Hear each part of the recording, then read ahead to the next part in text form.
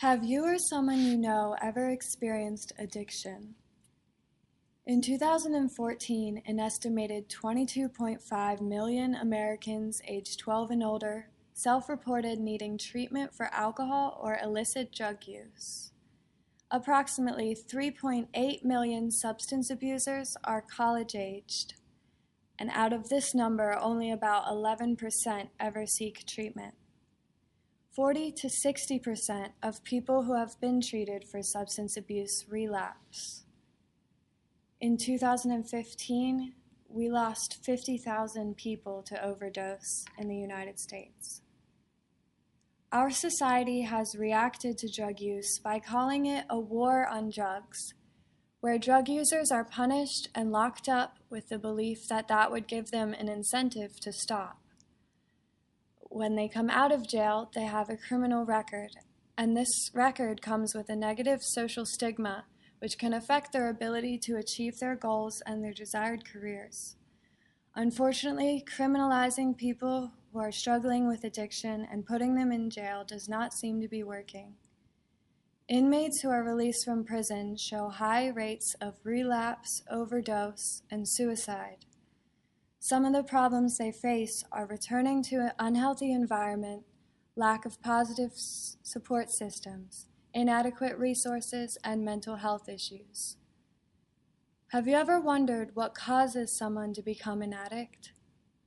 We have learned that substances can cause a chemical dependence, which leads to physical addiction, and that genetics play a role in whether a person is susceptible to addictive behaviors.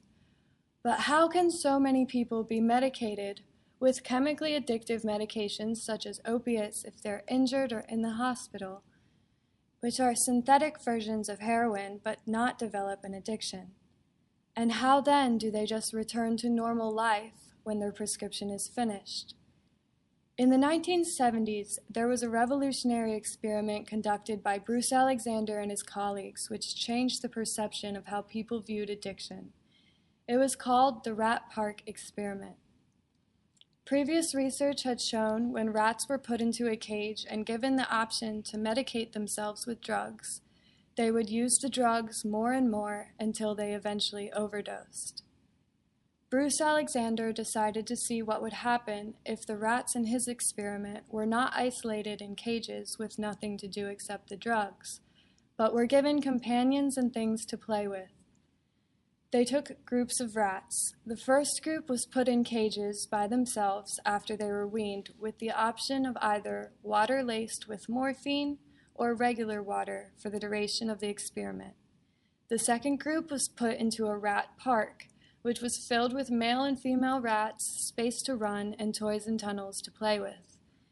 The third group was first put in the isolated cages for half of the experiment until they got addicted, and then they were placed into the rat park. The first group became addicted to the morphine-laced water, but the rats in the rat park never became addicted. They would occasionally try the morphine-laced water, but were 19 times less likely to drink it than the isolated rats. The rats that became addicted to the morphine and then were moved into the rat park chose to stop drinking the morphine. So what could this mean?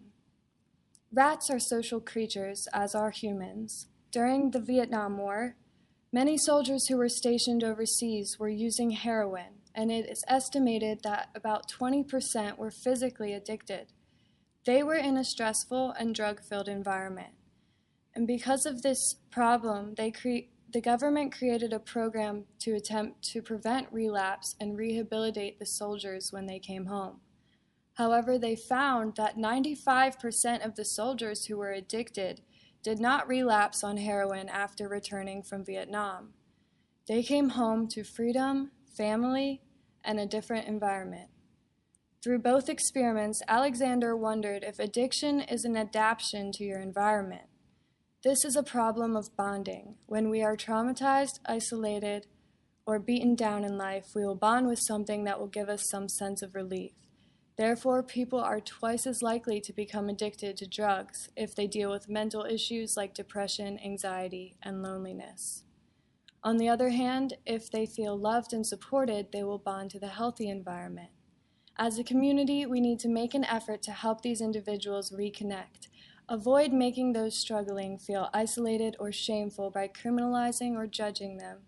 We can help surround them in a healthy environment by encouraging them to get involved in positive activities or offering job opportunities, but most importantly, by treating them as humans who are craving what all humans need most: love. If you or someone you know is struggling with addiction, reach out for help. Call 1-800-00.